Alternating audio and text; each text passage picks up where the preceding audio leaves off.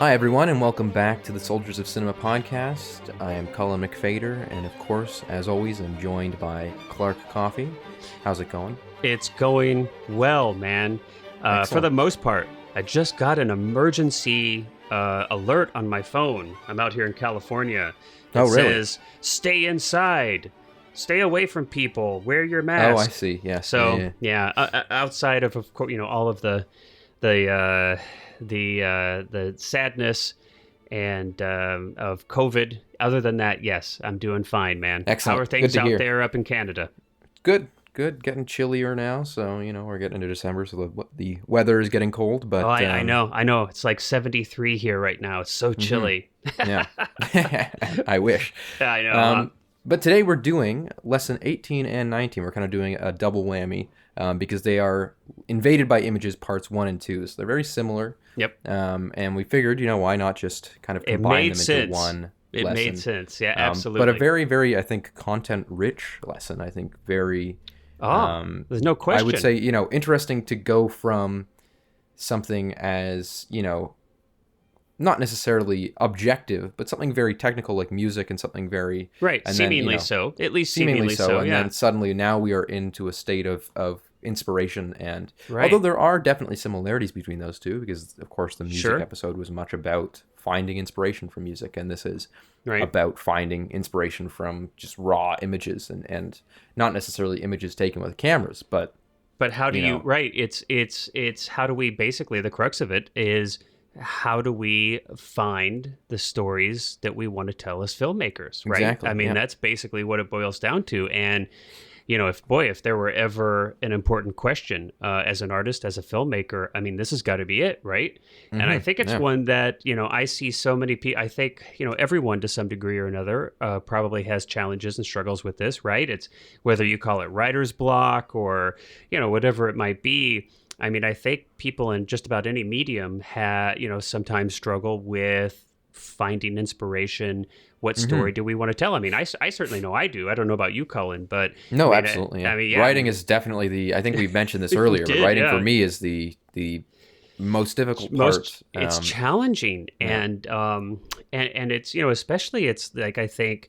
and you and I have talked about this, people who go to film school and absolutely positively not, knocking film school at all. We both agree that it has some pros and some cons and might have some challenges with it. But I mean, especially as we get into a world where today, more than I think, at any other point in time, as a filmmaker or aspiring filmmaker, you're exposed to, just so many, right? How many books have been written about, how to tell a story, and things get very analytical and technical and conceptual, and it can almost get overwhelming.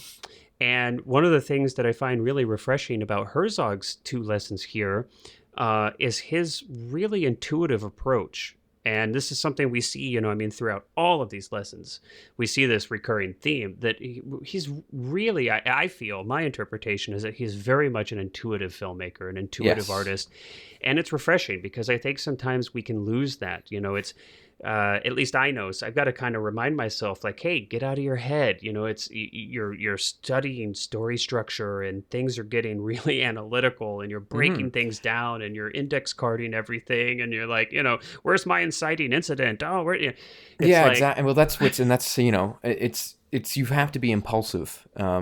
Weirdly, in a very good way. You have to be able to, and I think that's, again, I mention this all the time, but one of the things that I do, one of the first exercises we do in the class that I teach is I give all the kids cameras and then we just go for a walk.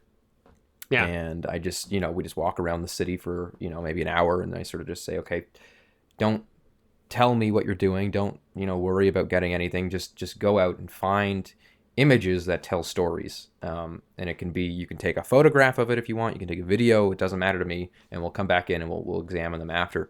Yeah. But again, I think that just an exercise like that is so pertinent, but also very, very, it's good to kind of train your instincts, that you don't have to. I think one of the worst parts, and probably the part that bothers me the most about the filmmaking process, is how slow it can be.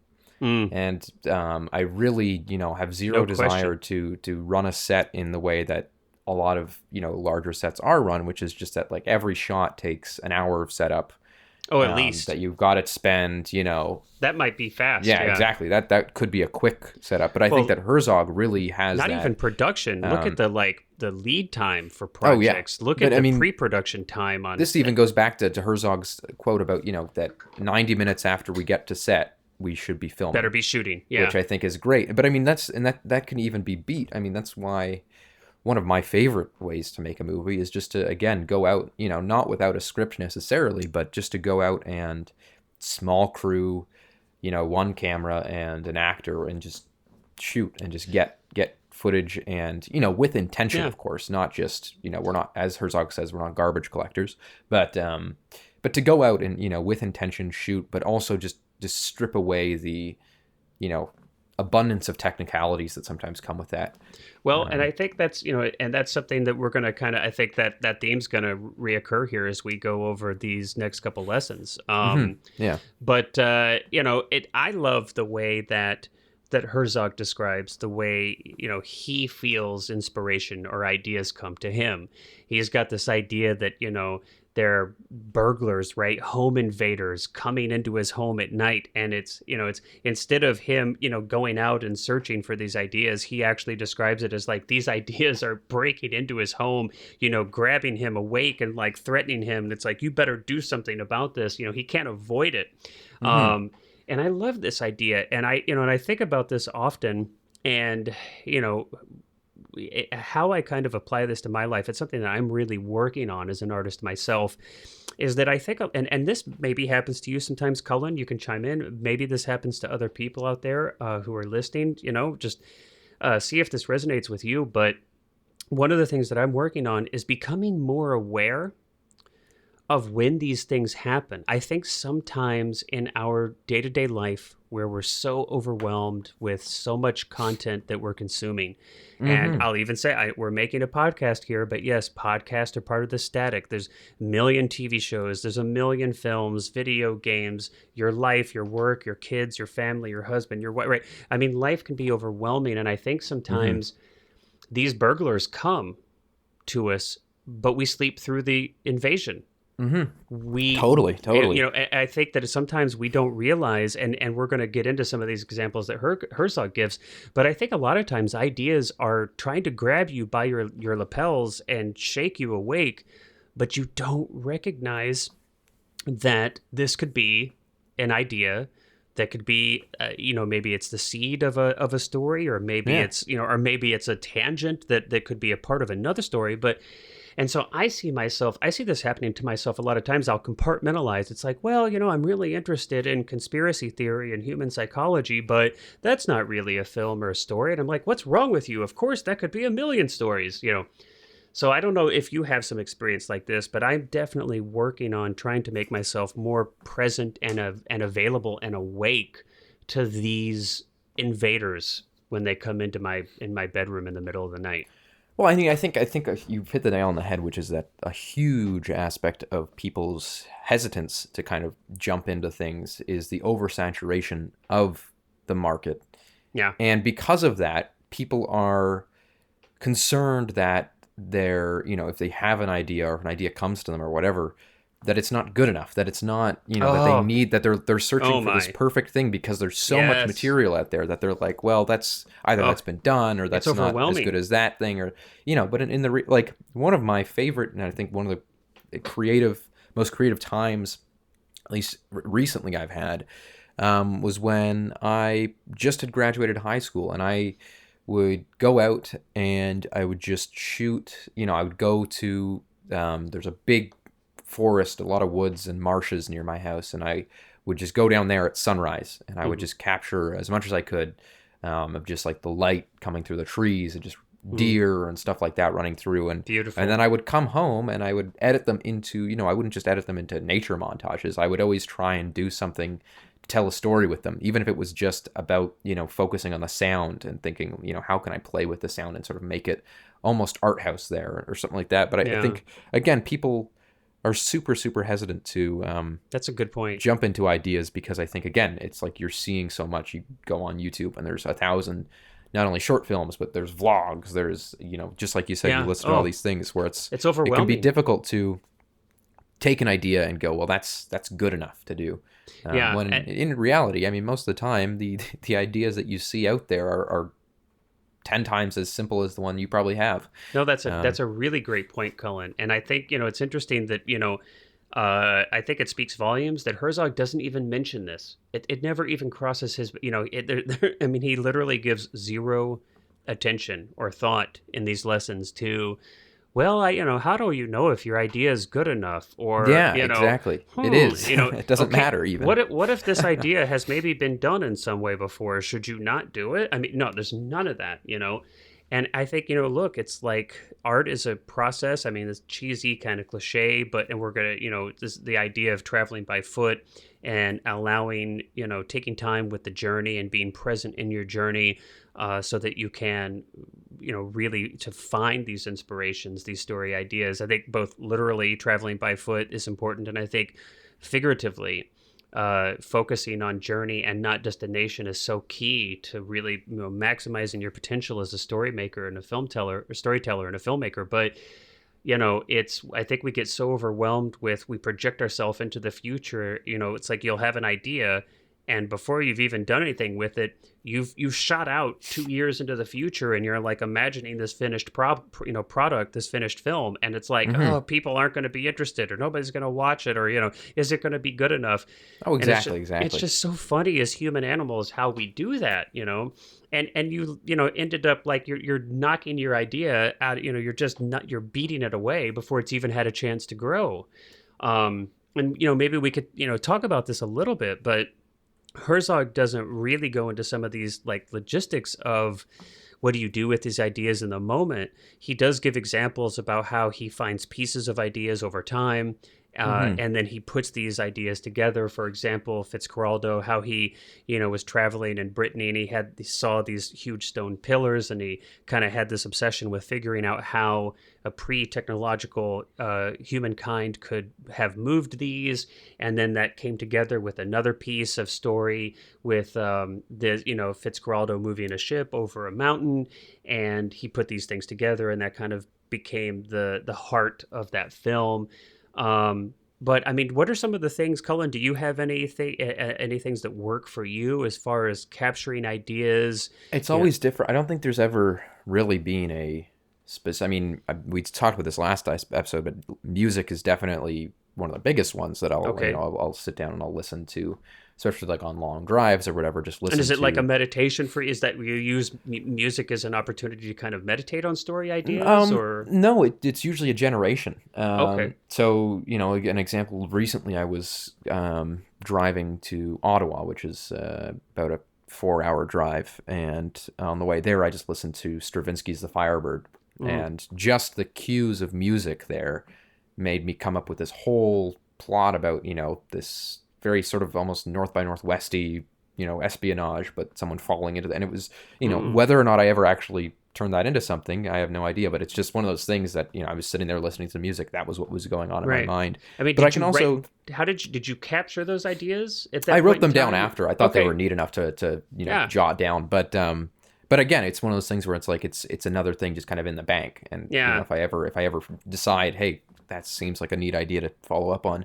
But I mean, when I was applying to NYU a few years ago, one of the things that I did was you had to write a personal essay on something when it was very general. And so I wrote this essay because I went into my, completely accidentally. Please read it for us. Would you read it for us? Yes, very interesting. Next episode, right? Next episode. Yeah, that'll be the dedication. But I found this box of old like birthday cards and stuff like that from when I was really young, and I just thought it was really interesting that it almost seems like people put more care into cards when you're not even conscious enough to read them, versus now it's just kind of they'll send you a text, and I thought that was kind of a funny thing, and especially seeing cards from people who had passed away or people who now are had dementia or things like that. It's a weird almost time capsule. And so I turned that into that essay or something. Yeah, exactly. I wrote that into an essay and kind of forgot about it. And then when I found all of those old 8mm movies, I realized that the essay kind of took a really good template for for telling a story about these 8mm movies, and that wound up becoming the documentary that I just finished. And again, but it was another thing where I was there were points where I was looking at that essay kind of going, is it too cliche? Is it too, is it too boring? Is it just, would anyone really care? And then, it's things like that. You just kind of got to mull with them. You gotta work with them, and you wind up, it's actually funny because specifically within shooting that movie too, it became very much exactly what Herzog is talking about, which is just finding images. And one of those things was that I went to this old abandoned paper mill, which is out in the country. It's like on a river. It's this old place, very interesting place. It's a massive, massive compound. Kind of reminds me of Chernobyl. But, I was filming all these things, and I realized that one of the images that I'd taken at home had perfectly matched up with the image that I had taken at this mill, just completely accidentally. And it's one of my favorite moments in the movie where you get this, this panning of this like new, finished roof, this ceiling in a house, and then it cuts to the broken in old ceiling of this abandoned plant. But it wasn't intentional. It was just one of those things where I was sitting there going, this is, I'm just going to capture this footage. And then I found it afterwards. It was kind of exactly like Herzog says, again, in the last episode about editing, where it's like, pretend that you are just finding this footage for the first time, and it can be... Let the footage speak to you. Unsurprisingly, many of these lessons do have a through line. So I think that's, it's no surprise that you can kind of say, much like the last episode. For sure. Absolutely. Absolutely. And I mean, obviously they're interconnected. They kind of build off each other, and many of them, I mean, they're all related. There's no question. I mean, to make them separate lessons is even, a little bit of a, right. It's kind of, well, you have to break them into chunks for, somehow. So, okay, this is kind of our best attempt to do that. But yeah, I mean, clearly these things all follow a very, similar narrative thread, and all part of that kind of fabric. But there's something that I'm working on. I mean, is, in like we've talked about, kind of pushing your inner critic away, and not dismissing ideas because you're afraid that they may have been done before or something, or maybe they're not good enough or interesting enough. I think that's a big piece of this, recognizing ideas, even when, or kind of the things that you're drawn to, things that you find yourself energized about, really being aware of that. Be aware of what topics, what things in the world. I kind of really start to think about, where am I curious? For the things that I'm curious about, the things that I could read about or watch films about or whatever, the things that I'm curious about endlessly, that's got to be where I want to go. That's got to be where I'm supposed to go for what kind of stories to tell. And again, sorry, go ahead. No, and I was just going to say it's, so it's a combination, I think, of, bye-bye inner critic, being present enough to kind of recognize where you're really curious about things, and to not ignore that, or to not say, yes, I'm really curious and interested in this one thing, but surely that's like a film couldn't be about that, or it couldn't be, a theme, like, pushing all that aside. And then I think for me, really, saying, okay, my ideas have enough value that they're worth taking the time to stop and write them down and capture them. And I'm building, I'm working on building a habit for that. But I just, in talking to other filmmakers and creatives, people that, I've worked with, or friends, or, kind of we're on this journey of being a filmmaker together. It's something that I think I see a lot of people kind of struggling with some of that, pieces of that, or the entirety of it. But it's definitely something I'm working toward, especially that capturing, and I think getting off my ass and, it being like, okay, I had this idea. Let's take 10 minutes and let's write it down and let's actually follow through, And I think a huge part of it too, again, goes back to making sure that you don't confuse it with the we are not garbage collectors. We're not. Because think that it can be easily confused into people thinking, when I say I went out and I recorded all these images and brought stories with them, that wasn't me going out and getting 10 hours of footage and then cutting through it. Every image that I took, or everything that I recorded, was very intentional, and it was very much on the spot going, that is interesting. And I think that goes with his whole talk about, going and walking. And one of the task for this lesson was to go out and walk 100 Yeah. miles. And I think, Well, and they you did changed that. it. I didn't do that. I And have done long walks, but I have not done the official 100. Well, yeah, they did change it, didn't they? Say well, 10 miles or something? well, since I have a little bit of pride here because you and I and a handful of others, we were, I think, some of the very first people to take this class. I jumped on it the instant it was like day one. I was taking it, and I think a lot of us were really close. In that first workbook that they had with the class, the exercise for this lesson was, it was walk 100 miles. Mm-hmm. And Yes. they've changed it now. It's been a little while since I've seen the workbook, so maybe they have updated it even since. So I can't 100% speak to this, but I know it wasn't too long after that they changed it to something. I'll paraphrase: take a long walk. Mm-hmm. Right. So I guess maybe it was a liability thing. I think they were afraid people were going to step out their front porch and Just walk. and Forrest just walk Gump it. 100, Yeah. just walk 100 miles and then Well, end up lost. you did yours up here, if I remember correctly. Yeah, I did you did yours when actually. you were in Toronto. I did actually. It was totally coincidental, but I was traveling with my wife for business. We went to Chicago and then we went to Toronto, and we spent a good maybe 3 weeks up there. Mm-hmm. So I actually did mine around the Niagara Falls area. Actually, believe it or not. Mm-hmm. Yeah, And which could be. I mean, there's lots of farmland out there. It's actually it was very interesting. I had no idea the ruralness and the kind of economic depression of that era or area, and it was a really, really, really cool experience. Yeah. Mm-hmm. No, I think it's but I mean, again, that's the thing is as I said, I've never done this specifically 100 miles, in relation to this, but anytime I'm in a different country, anytime, even here, just going for hikes and walks and finding It's the only way to do it. images. That was one of my favorite things about being in Italy, was just being able to walk around. And again, and it comes from I think that the biggest thing is it's not walking around with a pen and paper and taking notes, even necessarily walking around with a camera and taking pictures of everything, which you can do, but I mean, that's not what it's That's about. not the point. It can be literally, you can be doing it with nothing. You can be doing it. I remember when I was in Italy, I at one point was walking and I heard this. It was the most interesting noise. It was these kids playing on one side of me, and then this Mm. party with this like band playing, and it was on the coast. It was this tiny little town in Cinque Terre. And I pulled out my phone. I didn't record video of it. I just recorded the audio of it, just as a little kind of staple for me to remember. What this just the setting was so rich in stories to me, and I just wanted to capture the sound, which really stuck out to me.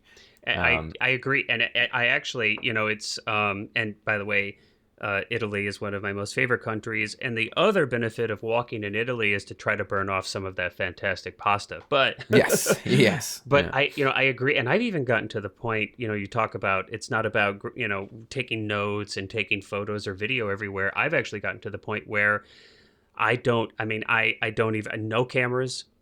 It's not about. It's a totally different thing. It's like when I'm shooting, I'm shooting. Mm-hmm.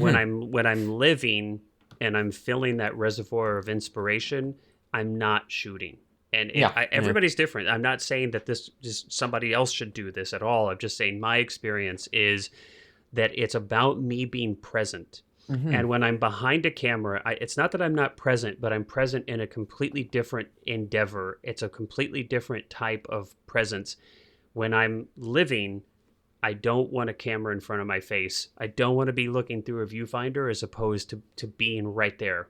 Mm-hmm. And that's, again, I mean, I would say kind of in the middle. I don't, that's one of the reasons I think we talked about this before, but I usually, if I'm traveling, I'll bring a 35 millimeter stills camera. Right. Yeah. And what I find that does is, actual film, which when I find that does is that it'll make me, if I've got 36 exposures in a day, or even for a whole trip sometimes, then I'm not going to just have the camera in front of my face at all times. I'm looking very at things specific. And again, it's every single time I'm taking an image that is a portion of the images that I am able to take for the whole trip, and quite a large portion when it is, again, 36 exposures for a roll. Yeah. And I find that kind of helps me strike a balance, just because there are a lot of times where I do want to be somewhere that I can photograph it.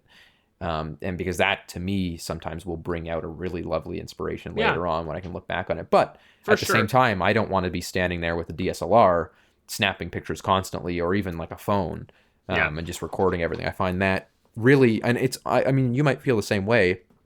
I find if I am there with with a phone, or even with a camera that can record video, what I found traveling a lot with things like that, and why I kind of stopped and went to this idea of doing it on film, was because you almost remember the videos. You don't remember the experience of being there. Like, when I think back on some of these trips, exactly. When I think back on these trips, it's like I think of the shot that I got, not the experience of standing on a coast or something like that. Yeah. And this is what, and this, not to get, too far off the beaten path here with with this lesson, but I think this is so key. I mean, at least for me, it's having those experiences and allowing them to really fully set in my memory, in my mind, in my heart, because it's not, there's no way I'm going to, especially with a phone, or I'm not going to grab that sunset. I'm not going to grab that coastline. I'm not going to grab, most importantly,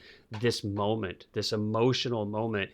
But if I allow that memory to really set in me, and that resonates inside of me, it's the feeling of that I want to have, to recreate in a moment in film later. It's not, I don't, there's nothing literal that I need to take from that. I don't need a video or a photo. I need the feeling.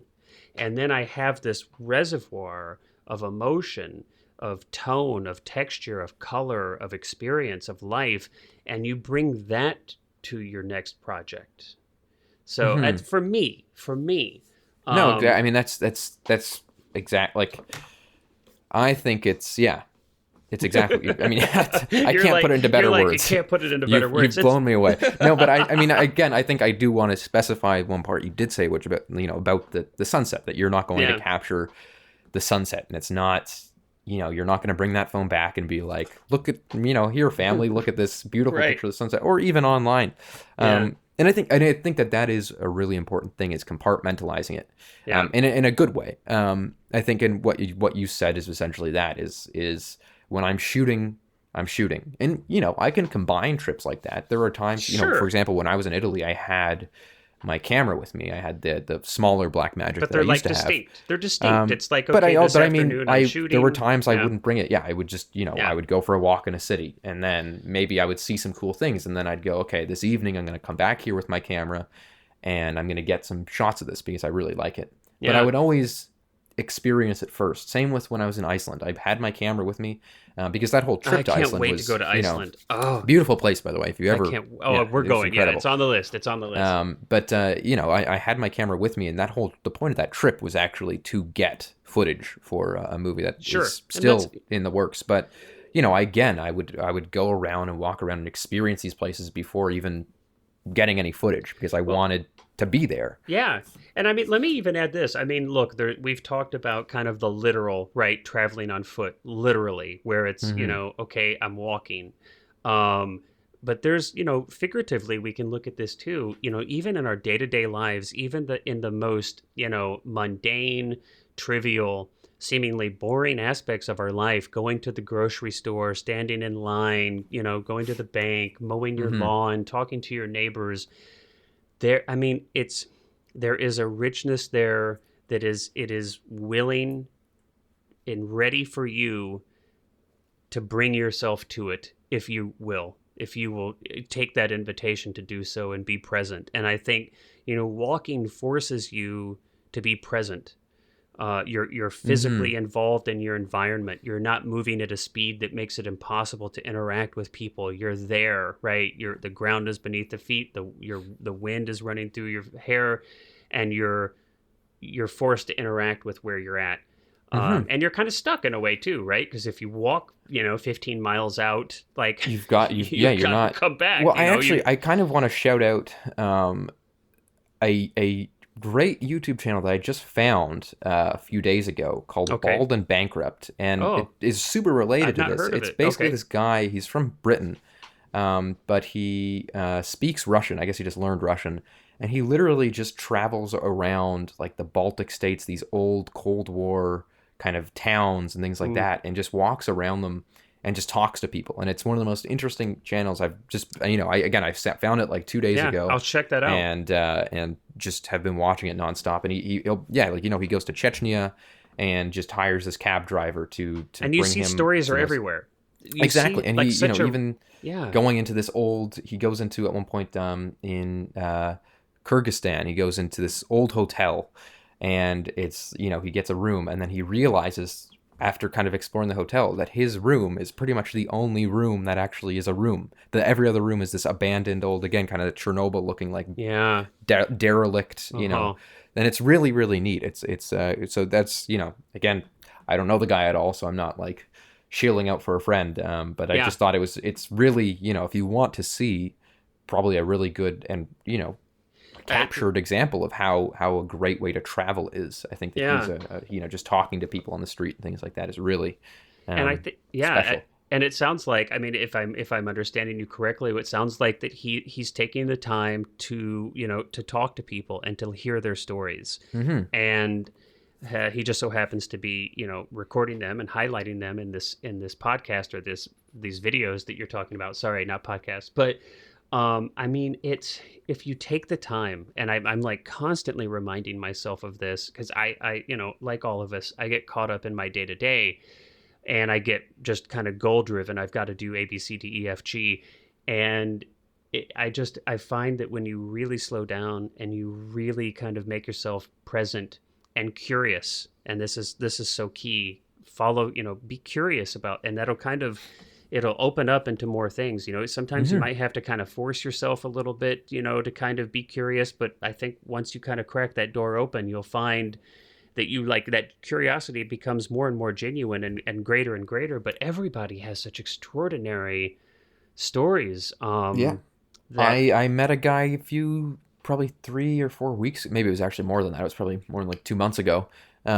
But it was this. I was getting in a convenience store. I was just getting a bag of chips or something, mhm. and I came out, and there was this one-legged homeless man standing just outside the convenience store, and I don't know why. I just struck up a conversation with him, and Was he like, I don't mean to be rude, I'm so sorry, but just the visual part of my brain. So had one leg, yeah, and he was standing outside the store. he Was was he old. He like was on balancing? crutches. Yeah. Okay, I was just like, because for a Um, second I kind of saw like this balancing character, and I thought, wow, that Well, I would think be really what wild. really struck it to me was that he looked like I'm that just being a classic butthead. interpretation of, like, like a Civil War veteran. Okay, Like that's what, almost like he was this old, kind of disheveled old man and had, what struck the you one about leg. yeah, I like don't know. was It was just something he something. was wearing, or I like can't almost remember like a why. uniform? I think he was just sort of sitting there, and I sort of Okay, asked him if he wanted a sandwich, and okay, so I went back in and I bought him a sandwich after. But and then I remember just talking to him, and I just at one point just sort of said to him, like, I feel like you're hmm. like full of stories. like Yeah, like you just seem like you've had, yeah. quite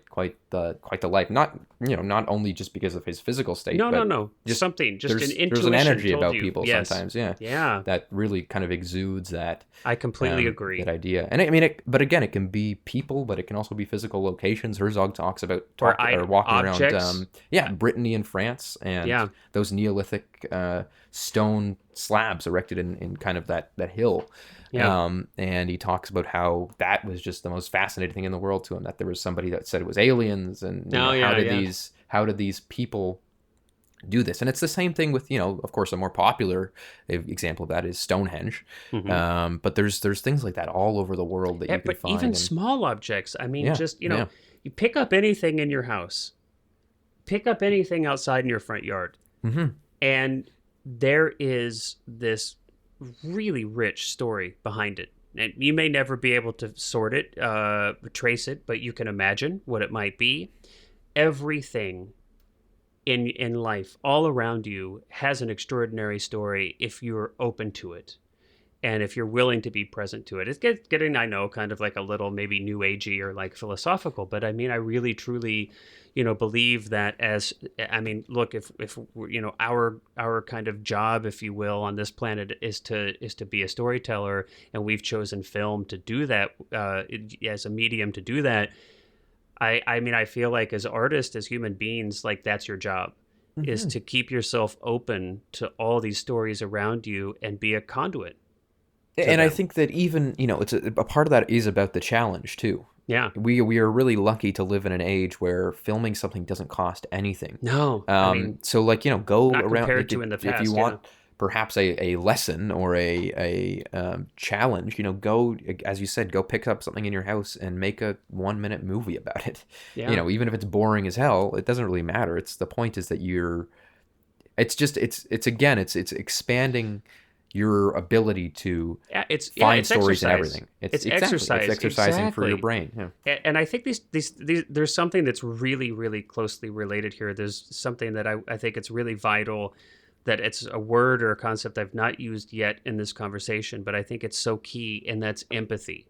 And I think like that what we're basically talking about here, as we're talking about being open to the stories of everything around you, and that's really the part of you that you're using to do that with, is you're able to empathize with something. That's the part of your mind, body, soul, spirit, whatever you want to call it, that gives us the power to do that. And that can definitely be exercised. The more you work on doing that, the easier and easier it becomes, and the greater depth to which you can do it. It absolutely can be exercised. And if you go to a good acting class or school, that's exactly what you're practicing.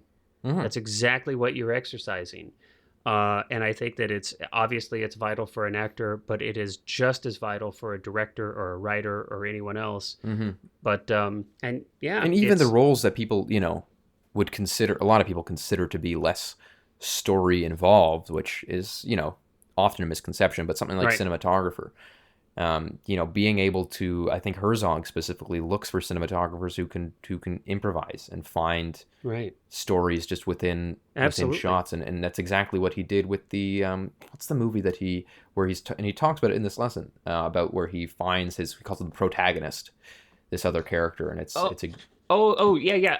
was White Diamond.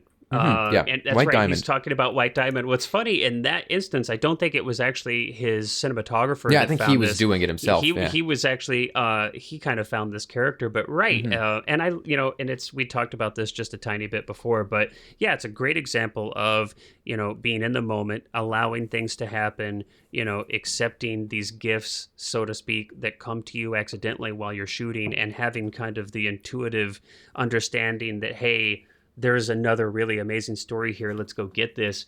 We talked about this a little bit. I think it's fantastic. So White Diamond is a quote unquote documentary, but of course, as anybody who is a fan or a scholar of Herzog's work knows, that documentaries and his narratives, he really doesn't see a difference between the two, and he often will manufacture things in his documentaries because, of course, facts don't equal truth. But White Diamond, he comes across this guy who's just kind of hanging out. Nobody knows who he is, or at least it's Herzog had no idea who he was or what he was doing. And he just looked interesting to Herzog. So he walks, he's like, grabs a cinematographer, tugs on him, hey, come over here, and starts talking to him. And actually, he doesn't even really hardly talk to him. If you watch the footage that's in the film, he mostly just puts the camera on him, and this guy just does his thing. That's what I mean, is that it's the literal interpretation probably of what this movie is, or what this lesson is invaded by images. And it's like this guy that you found at outside the store, right? Yeah. I mean, if you would have had a camera on you, you could have, I think if you approach it in the right way, you could have walked over to him. Oh, I actually spoke to him and said, I don't know when, but one day I'm going to interview you. I think I actually said that to him, and he said, I'll be able to talk for 3 hours. So that was what was funny, is that I never arranged anything, but I'm sure I'll see that dude again. It's quite nearby to me, so follow up on it, follow up on it. And that's the difficulty with things like COVID, is that that's for sure. You got to be careful, but hopefully, I read that the first vaccinated or first person was vaccinated today. Yeah, I So saw it in the UK. yeah, so Yeah, hopefully that'll get rolled out, exactly. and hopefully we'll be past COVID in the not too distant future. But I think and you never know. I mean, this is just, one of the things that I just love so much about filmmaking is, and Herzog talks about this, about gather your ideas and give them time. And we've touched about this in like a handful of other little ways as we've talked about these lessons. But it's like, okay, so you've got this in the back of your pocket now, this character that you've seen. Obviously, clearly he had an impact on you. You felt something, you were inspired by him in a certain way, you were kind of moved by this character.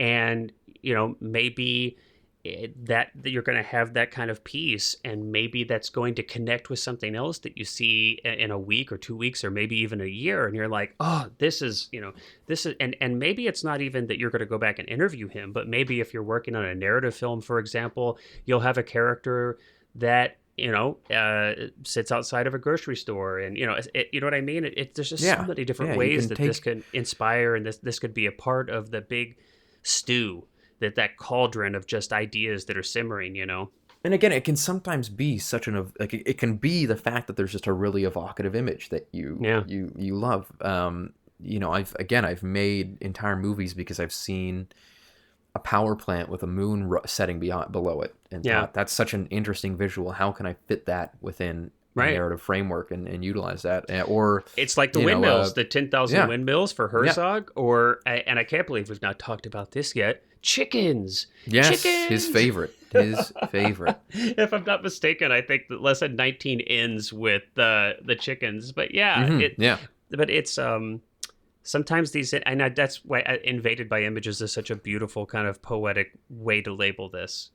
That there's just something so, and I don't limit it to just images, because I think often, for me at least, it's ideas. Yes, of course. And maybe frankly more so than images, it's ideas, curiosities that I have about the human condition. And I usually, honestly, we haven't talked about this yet, really. I'm curious what you think. For me, a lot of times, and not just with documentaries, but with narrative films as well, but of course documentaries, questions that I have are, I find more and more, if I pay attention, where do I have questions? And it's not even that I'm like, well, let me go find the answer and then I'll make a film about that. It's like, I want to make a film that just asks these questions that I'm interested in. And it's not that there is some actual answer out there necessarily, although there might be, but it's really, and maybe this is just a reframing of, going towards my curiosities. But I mean, it's almost boring for me. It's like, well, if I feel like I really understand a subject, I don't care to make a film in that, maybe.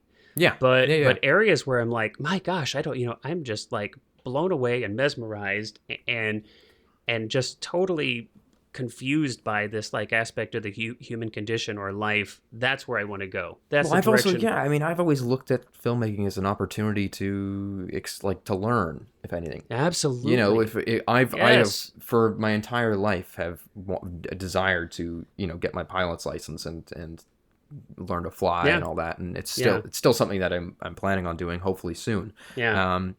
But a lot of that is also, comes from a desire of just like the things that I would see up there, and the story that I could probably tell.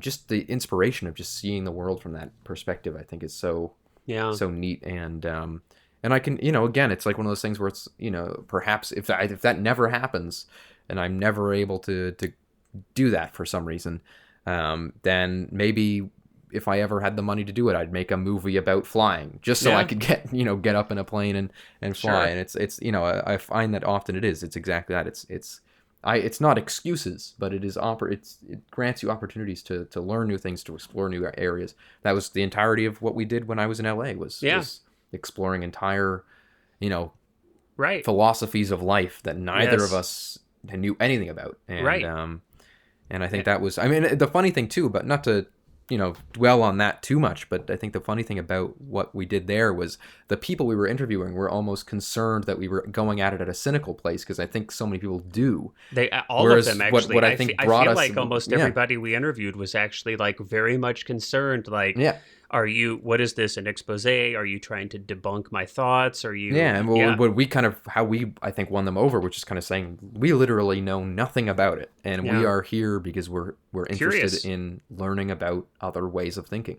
Yeah. And I think that was a huge part of, again, where those conversations stemmed from too, which was not just, and this, this is covered certainly in the next episode, which is all about making conversation with documentary, but it's related here, whereas is just, the whole point of it was just a curiosity on our part. And I think that is a huge part of Invaded by Images. Is just let that, again, the burglars come in the night. Be curious about that. Be curious about why that idea stuck out to you, or why an image. Don't sleep through it. If you're sitting on the bus, why did that old lady stumbling off the bus stick with you? Use those elements, and as Herzog said, what is the story Herzog tells about Fitzgeraldo? How he says that he had no interest in making the movie based off of the script, had zero interest in the script except for the moment, for that moment, right? Disassembling a ship to carry it over a mountain. Of course, that's changed to not disassembling a ship, but but that again, it's like the amount of time. Then I think that goes for a lot of things too, where people often reading a script throw it out if it's not good. Whereas you should really mine those things for ideas. And I don't mean, of course, steal ideas from, people who have written scripts and run off with them. But I mean, if someone presents you a script, work with that. Work with the things that you do like. I think, even if it's just one little diamond in the rough. If you're going to direct a project where you've not written it, you've been given a script to direct. Well, you have to. I mean, there's no question. At least for me, look, obviously there's kind of the logistics of life, and we speak in kind of an idealized way a lot of time. I get that. So if you're listening out there, it's not that we don't understand that. Sometimes there's just the practicalities of putting food on your plate or working your way to another place in your career that you want to be. Of course, we understand that, but I mean, at least for me, wherever and whenever possible. It's hard for me to say that it's not absolutely vital. Frankly, I think it just is for me. I've got to be passionate about that script, and sometimes you've got to really work at it. But I found in every instance I found the things about it that were interesting to me, or where there could be, right? And maybe they were just these tiny little beginnings of that in the script. But I take those, run with it, and make that the majority of the script, and kind of turn it inside out from that point and rework it. And so I think, again, if you're curious, if you've got a curiosity about you, then you can do that with any subject matter. You can tell any story. You can tell any really, story. That's it. That's all stories are. It's a curiosity into this would actually be actually know. This would actually be kind of a fun project. I don't know. To create a series of short films, to have this kind of be like an exercise, almost like the Dogma 95 kind of set of rules that, but to make short films about single inanimate objects. Yeah. That were like the definition of simplicity. But see how you can take what is seemingly the most simple of items that couldn't possibly be interesting, and find a story in that. Reveal the story that could exist behind this object. That would be a fun experiment. Maybe we could do that sometime. We'll have like a little a contest, and we'll take submissions, but or try it ourselves. Yeah, right. No, that'd be a lot of fun. It's a little challenge for our listeners. Absolutely, and for ourselves. I'd like seriously. Yes. I think the past 3 or 4 episodes that we've done, I think I've said the exact same thing. I'll say it again now, but these conversations inspire me. And remind me. I'm kind of I'm really kind of psyched right now. Well, I think I want to also. We've never really specified this, but there's just for anybody who's curious, who listens, like there was no money going into this. This was Oh, no. me and Clark sitting down and deciding to record our conversations. I'm sure they know that. Yeah. Yeah. I mean, I hope so. But, there's obviously there's no sponsors. There's no, I mean, this is, but I mean, that's what I mean is so like that there's so many podcasts out there that are commercial, that are and they can be very good, but they are, of course, at the end of the day, they are someone's job. Whereas I think what I've found really, fulfilling about this is just the fact that we are able to have these conversations without any, pretense, background, any sort of ulterior motive to drive these conversations in any specific direction, where it's just more about, it's literally us doing these exercises as we talk, which I think is really neat. Exactly. All right. Well, then I you can't beat that for a great note to wrap up on. So, so like you mentioned, lesson 20 will be our next episode, and that's about documentary filmmaking, making the conversation. So that'll be exciting. I look forward to that. And as far as this conversation's gone, I've really enjoyed it. As always, man, I leave these conversations energized. Yes. It reminds me of some things I might have forgotten. It kind of inspires me, and I'm excited to get on with the rest of my week here and be more attuned to all of the potential story ideas that exist around me. So good awesome stuff. All right. Well, thanks everybody. We hope you enjoyed it as much as we have. Until next time. See you guys.